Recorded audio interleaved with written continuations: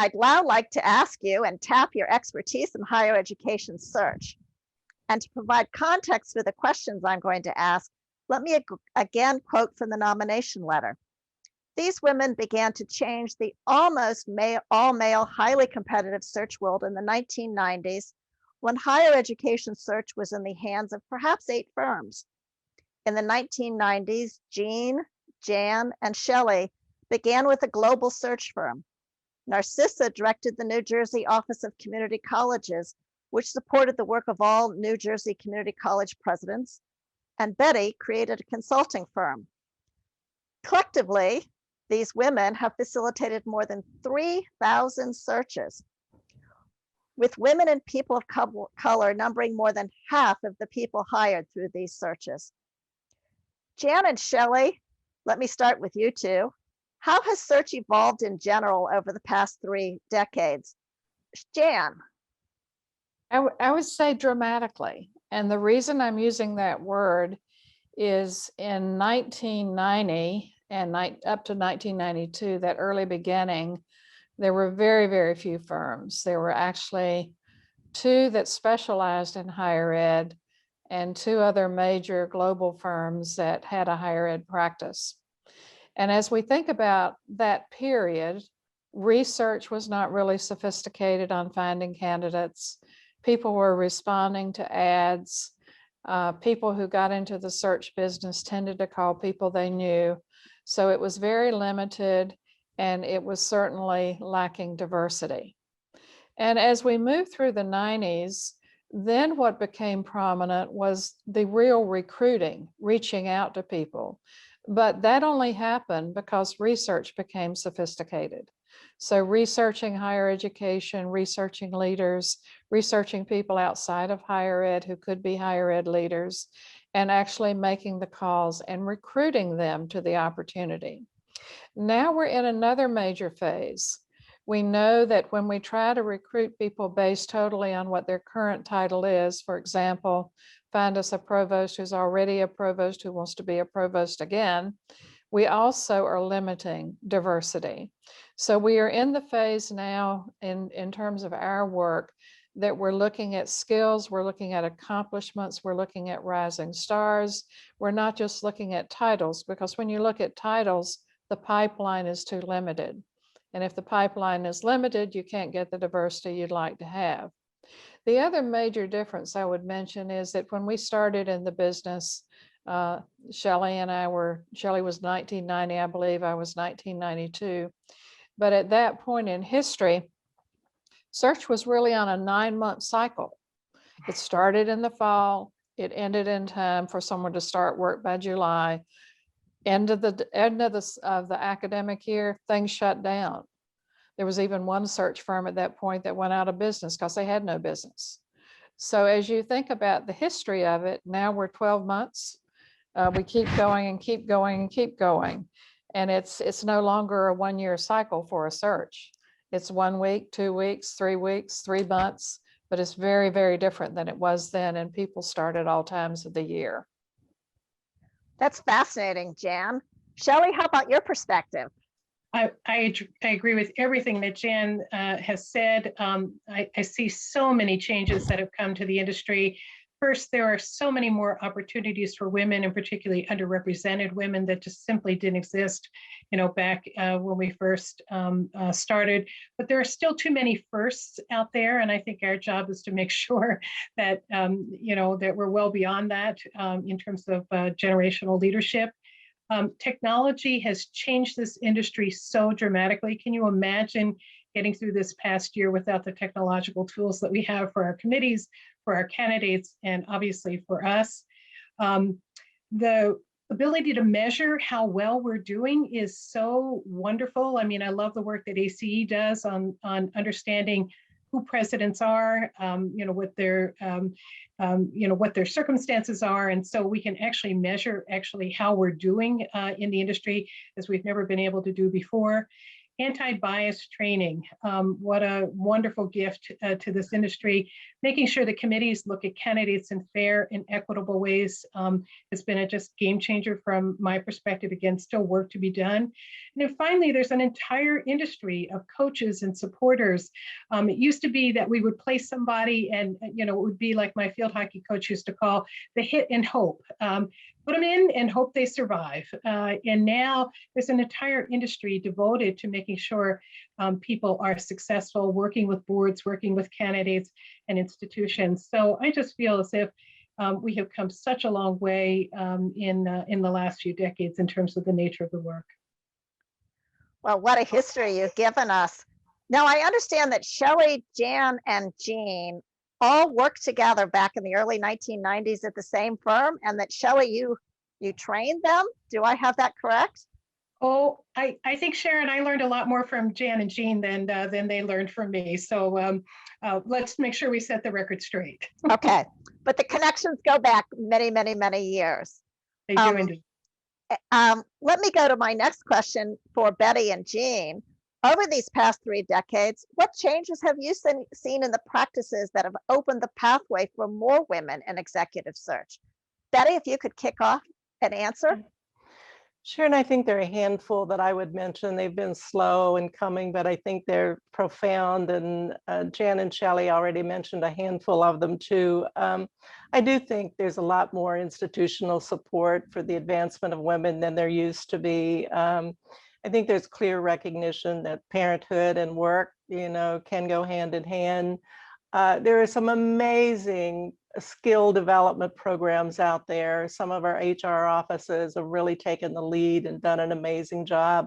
And not to mention what ACE has done historically and providing role models and helping develop women broadly. And as Shelley mentioned, coaches are everywhere these days, and I think are serving the industry well. And one of that's most exciting to me is I think we're finding that women are raising their hand more often. And I love that. They're more willing to compete, and they're more willing to do it repeatedly. I used to have to talk a woman off the ledge if in fact they didn't get the first opportunity that they applied for.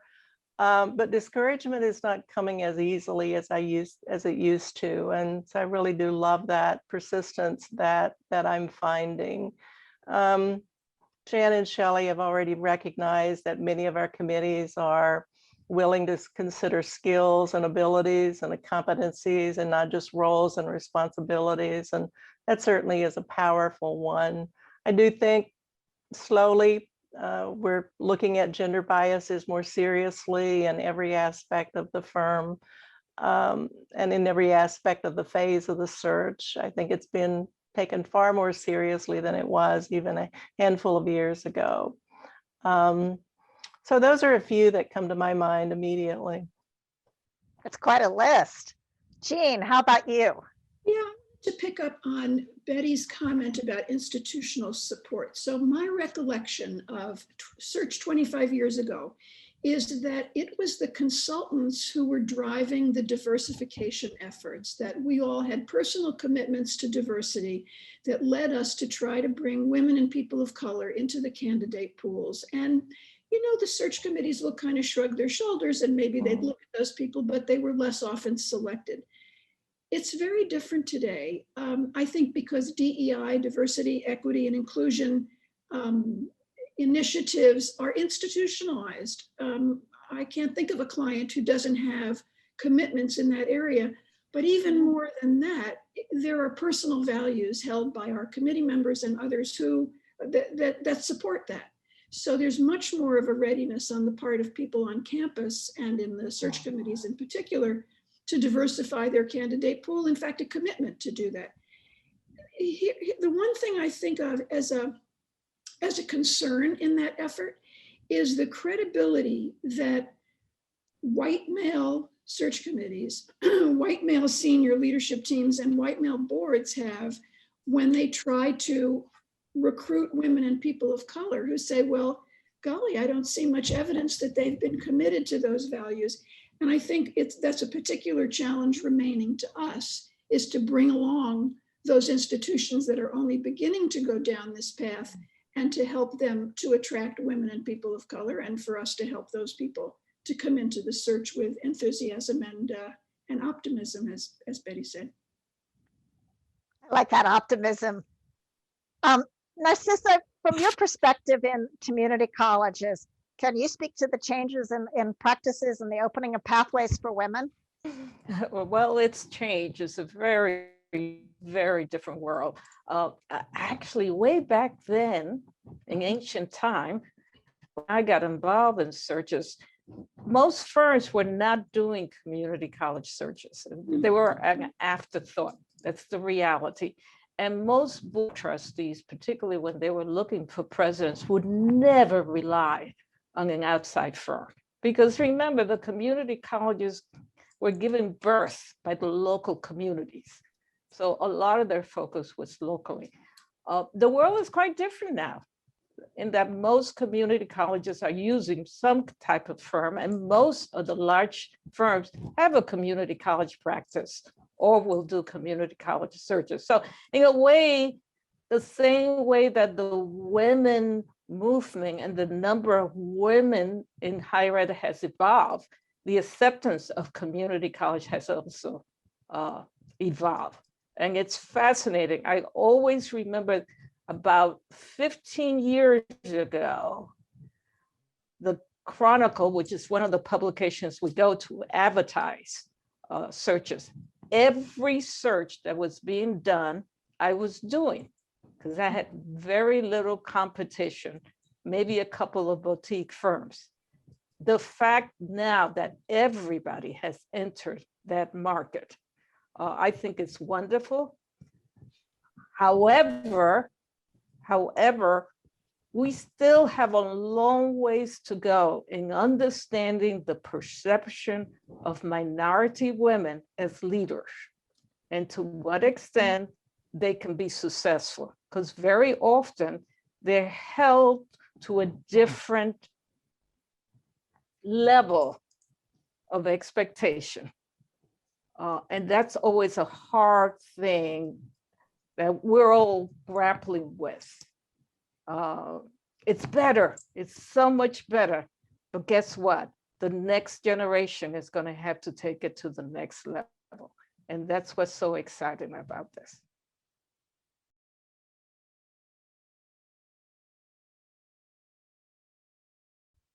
Let me move from history and legacy to the here and now and searches in the era of COVID-19. Certainly that has had a tremendous impact on searches, and you have all dealt with that over the last year. Betty, let me ask you to start this discussion. Could you share what impact you think COVID-19 pandemic has had on searches in higher education and the particular implications for women in searches? Oh my gosh, Sharon, you know that expression, hoping for the best and preparing for the worst. I think that was spot on in March. Clearly there was a pause in business. I think our campus leadership knew, for example, that they needed talent, but they were so busy with a COVID response on their campuses and how to deal with faculty and staff and students and mental health issues. They were concerned about the financial side of their institution. So they really couldn't focus up on hiring at the time. And I think one of the things that we saw all of a sudden was quite a few interim appointments during that period of time. And I think this pause caused some really strong leadership to have to emerge from our industry. I think we were all trying to figure out how aggressive to be with business development, how to keep our employees inspired, keep them focused. We found more clients asking for more and more. And all of a sudden, I think our people were pretty exhausted and continue to be exhausted. Clients are asking more meetings, more templates to do things, prepare things for them that normally they would not have needed to have us do.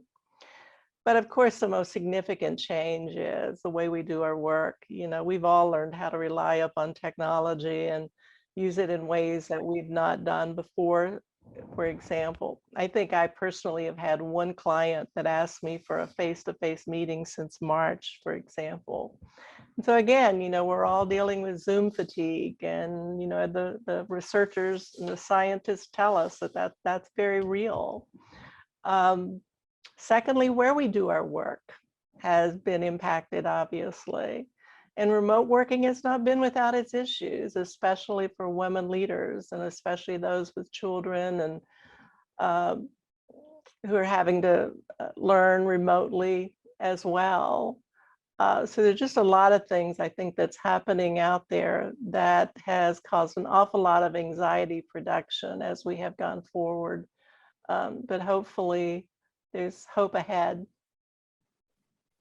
I think I might add that we've learned that technology may have been a great savior for us, but that it also has significant limitations in terms of building relationships with candidates, committee members building relationships, us building relationships, with our clients. We do know that Zoom favors extroverts, and so that wonderful, slightly introverted candidate who the committee is just willing to dismiss, because they just didn't stand out in the Zoom interview. And so I can't wait to read the research on what this interruption will mean for our work. But I hope in some ways it will also help us be wiser and more cognizant of how we can do things in new ways. When you transition 80 clients to a totally new platform in the space of 2 weeks, you have to say to yourself, okay, what am I learning now that I didn't know before? So in some ways it's been awful, but we do hope that in some ways it will also help us be better at what we do. I can share an example of something that as a result of COVID-19, one case, I had a particular candidate that I was recruiting for a presidency. And we talked, we had agreed everything. And I realized I wasn't getting her application. And we were getting close to the time it needed to be in. So I reached out. She was in the emergency room with her mother, who was dying from COVID-19. As a search consultant, what do you do at that moment? What do you say to that person? So there's a level of compassion that we had to learn about. And in some cases, get involved at a very different level with some of the candidates that we were working with. I no longer make an assumption. I look at the individual and sort of ask myself, where do they come from? What does their family look like? What are their chances? How many people have they lost? So you find yourself having some very gentle, supportive discussion to be able to encourage people to consider changing jobs during the time of COVID-19. Does take special skills. Well, that's a powerful example and commentary about search. Jean, looks like you wanted to say something. I would just push that in the direction of the candidates who are able to come into the search and who need to have Zoom skills in the sense of, as Shelley said, presenting themselves effectively so that even if they're a mild-mannered kind of person, they can come through that screen, and reading the room. How do you keep your eye on 15 squares at the same time? And knowing you can only see a tiny portion of that person and not a lot of body language and so on. And because we're all so isolated as consultants from each other, how do we figure that out? How do we share that with each other? How do we teach that to candidates in this peculiar period? And I would speculate that we're going to keep Zooming well past COVID because it saves time, it saves money, it saves energy. It's so efficient, and a lot of people have gotten good at it. So I think that's going to be a skill that people will need for a long time. Jan? Sharon, I would add and build on what's already been said. The Zoom training is so critically important. And all of us, I'm sure, have been in search committee meetings where somebody on the search committee has said, well, she's just not a rock star. And typically what that is referring to is a 1-hour presentation skills assessment based on that interview, when she might have just had the flu or whatever. It's very hard with a lot of search committees to move a committee forward on someone with tremendous substance who had a bad hour interview. Bad meaning not as extroverted as perhaps they were looking for. And a lot of times the word they use is charismatic. So I think that as we look at Zoom, we look at COVID, we look at the impact on all this, it has further highlighted I guess a lot of disciplines aren't using the term anymore, but what soft skills are needed in order to make the case. So I think that the training, the working on soft skills, that used to be part of the ACE programs as well as the substance. So the substance and the soft skills, the presentation skills as well, are critically important in order to advance.